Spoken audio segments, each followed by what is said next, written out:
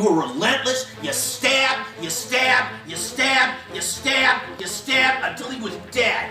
So I hope, I agree with the family. I hope you die in prison as well.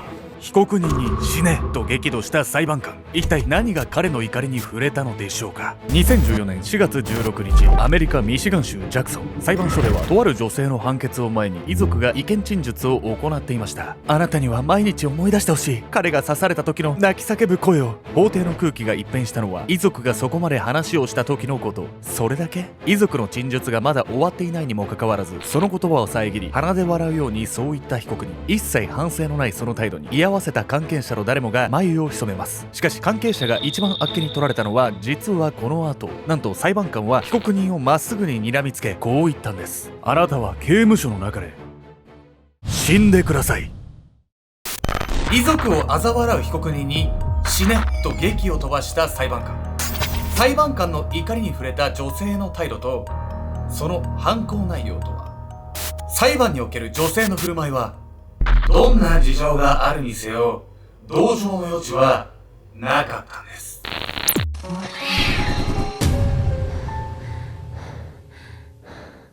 おっそす、ケンちゃんです。やみやみこんです。というわけで、ヤミゴさん、そろそろね、梅雨の時期ですよ。同時に低気圧よ。やばいわよ、低気圧。低気圧ってさ、頭痛くなる人いるけどさ、なんか、ほんと、なったことないんだけど、あれ。低気圧で頭痛くなったこと私もない。ないよね。じゃあ、すいません、ほんと気持ちわからずで。本日ご紹介するのはアメリカ・ミシガン州で起こった殺人事件について。この事件は特に裁判で驚きの展開が待っていたことに注目されたものだったんです。裁判に驚きの展開って言ったら、そういう逆転裁判的なもうめちゃくちゃどんでん返しが起きたとかそういう話なの？どんでん返しとかではね、ないんですよ。今回の事件はですね、犯人に対して裁判官がとにかくブチ切れたものだったんです。裁判官を激怒させたその犯人は一体何をしでかしたのか。彼女の人となりを前にしたら、皆さんも裁判官と同じ気持ちになるかもしれません。絶対に許せない女。2014年4月16日、アメリカ・ミシガン州ジャクソン。その日の裁判所には裁判官のけたたましい怒号が響いていました。You were relentless. You stabbed, you stabbed, you stabbed, you stabbed, you stabbed until he was dead. You didn't think he was an intruder. You know, maybe one stab wound. Okay, maybe that's self-defense. But you put in 11 more to make sure he was good and dead. So I hope I agree with the family. I hope you die in prison as well. 刑務所で死んでくださいってさ、裁判官ってそんな感情的になっちゃっていいわけ？全然良くないですね。だから裁判官は、公正な場で、判決を下すわけなんで、もっとね、落ち着いた対応が求められる、ね、そういうね、尊厳が必要とされる職業なんで、その分なるのも難しいっていうことなんですよ。というわけで本日のメトラキーワードは、日本の裁判官とアメリカの裁判官について。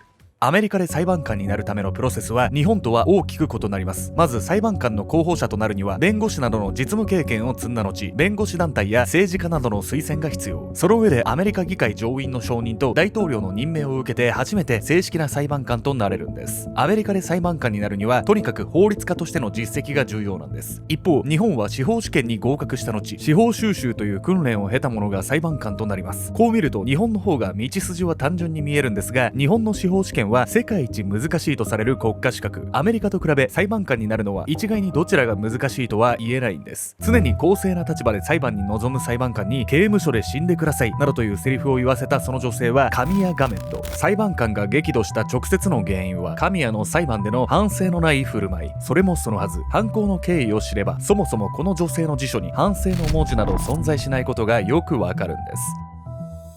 裁判が行われる約1年前の2013年5月9日、ジャクソン郡刑務所の門から姿を現した神谷。マルセルが私を告訴なんてできるはずないと思ってたわ。彼女はうっすらと笑みを浮かべながら家路に着きました。マルセルというのは神谷が最近同棲をし始めた恋人のこと。神谷はこの2ヶ月前、マルセルと口論になった際に彼の頭をハンマーで殴り暴行罪の容疑で逮捕されました。しかし殴られたマルセルが神谷を告訴したがらなかったため、彼女はわずか2ヶ月で出所を迎えたんです。事件当日は驚いて警察を呼んだマルセルでしたが、どのみち神谷は彼が自分を許すことも分かっていました。マルセルは精神疾患と身体障害を患いながらも自分にできる仕事をとファーストフード店で懸命に働く前向きな青年。彼は気が優しく、どんなに喧嘩してもいつも自分から神谷を許すんです。そう、神谷と恋人マルセルの大喧嘩はこれが初めてではありませんでした。神谷は逮捕される以前にも2回マルセルの腹部を刺しているんです。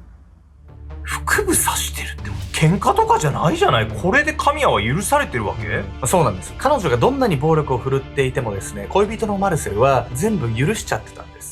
2013年に入ってから2度も神谷に腹部を刺されていた恋人マルセル。1度目は神谷自身が傷口を縫い付けてごまかしました。そして2度目は病院にこそ行ったものの、マルセルは医師にこう説明しているんです。階段から落ちた時に壁から突き出してた釘で切ってしまったんです。ことを荒立てたくなかった恋人のマルセルはいつもそうやって神谷をかばっていたんです。優しいな。恋人として2人のパワーバランスがうまく取れていないことは周囲の目にも明白。そもそもマルセルの家族はなぜ彼が神谷などと交際を始めたのか、誰もが怪訝に思っていました。だろうな。神谷は薬物を常用しており、酒浸りですさんだ生活を送っている女性。ハンデを抱えながらも前向きに仕事に取り組むマルセルが彼女をパートナーに選んだことはいささか奇妙に思えていたんです。そして何があっても神谷をかばい続けたマルセルの振る舞いは結果として間違いと言わざるを得ません。2013年5月18日の早朝、ジャクソンのランニングアベニューのアパートを訪れた警察は、その中の一室の異様な光景に唖然としていました。その部屋は家具が散々に荒らされ、血まみれのフライパンやナイフが転がっている状態。そして部屋の真ん中にはめった刺しにされたマルセルの遺体が横たわっていました。遺体は11回も刺された上に腹部を大きく切り開かれた見るも無残な姿に。そう、現場は神谷とマルセルが同棲していた部屋。その場に神谷の姿はなかったものの、犯人は彼女以外にはありえませんでした。いやちょっとありえないわよ。11回もめった刺しにするなんて彼氏彼女の喧嘩でないわよ普通。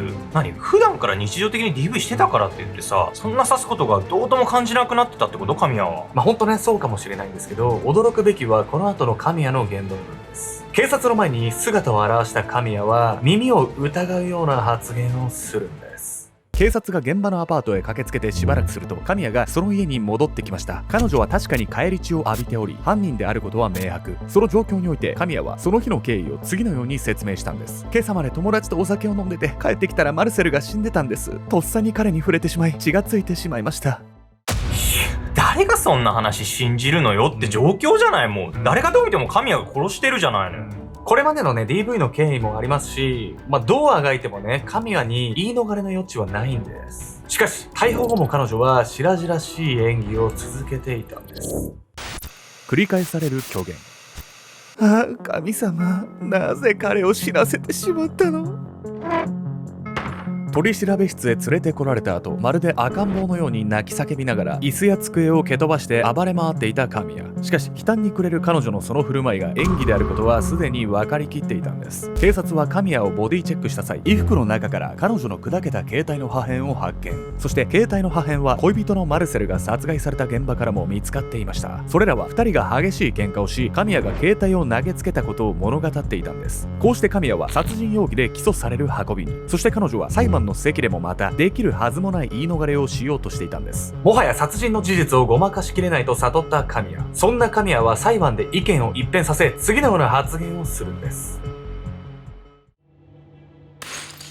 何？ 2013年5月18日の深夜、自宅で眠っていた神谷は耳を突き刺すようなガラスの割れる音で目を覚ました。同時に彼女は何者かが家の中に侵入したことを悟った。そっとベッドから抜け出すと、そばにあったフロアランプを掴んだ神谷。彼女は息を殺しながら侵入者の気配がする方へ向かって歩みを進める。この真っ暗な部屋の中で侵入者の姿は見えなかったが、そこに誰かがいることだけは分かった。神谷がフロアランプを叩きつけると、侵入者はその場に転倒。その隙をついて近くに置かれていたナイフを手に取った神谷。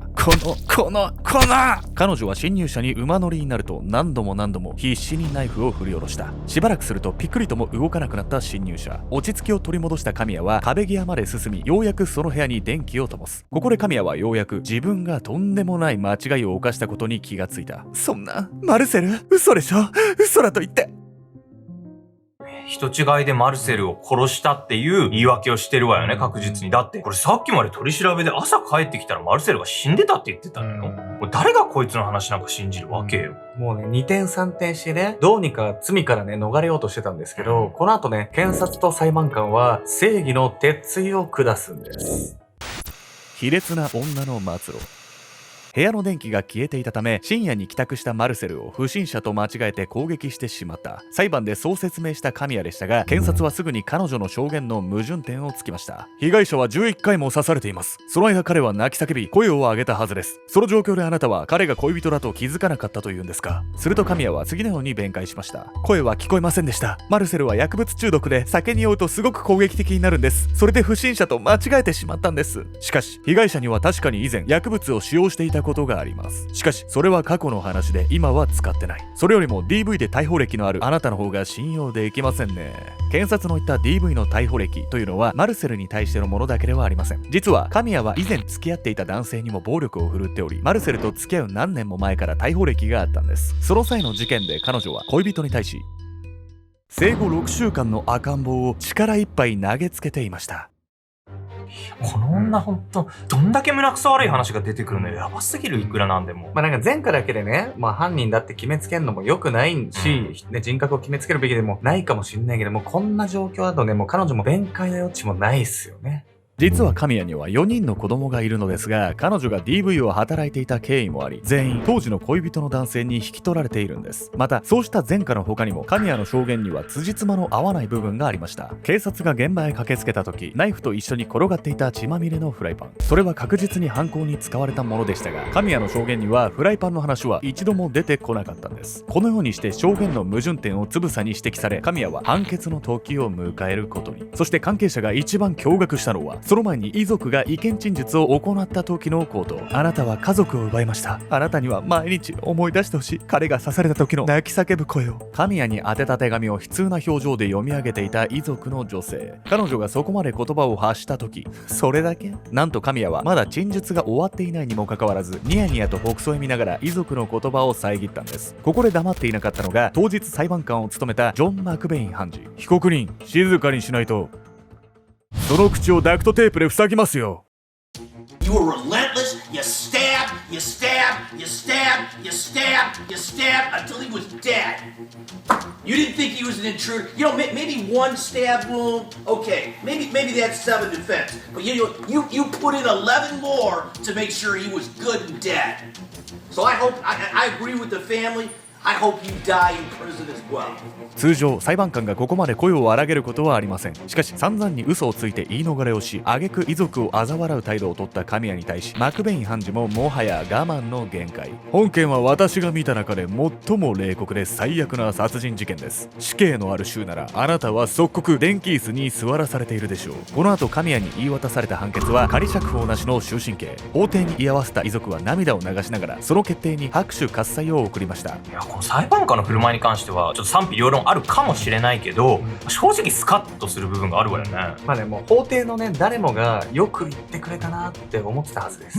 2016年2月、神谷は控訴審にてジョン・マクベイン判事が検察側に有利な態度を示し公正ではなかったと訴えました。しかし裁判所はマクベイン判事が多少乱暴な発言をしたことは認めるが、それらの発言は判決に何の関係もないと返答。その他神谷は様々な理由で減刑を訴えましたが、いずれも認められていません。神谷は幼少期薬物中毒の両親に育てられ、虐待を経験した後13回も養護施設をたらい回しにされた生い立ちの持ち主。その経緯が彼女の歪んだ人格を生んだことを思えば、多少は同情の余地もあるのかもしれません。一方で亡くなったマルセルの遺族を嘲笑う行為は、そのほんのわずかな同情の余地さえも無に帰すもの。いかなる時も公正な立場の裁判官が声を荒げたことが、その事実をよく物語っています。明確な間違いを指摘されて認めることもできない人間に同情など必要ないのではないでしょうか。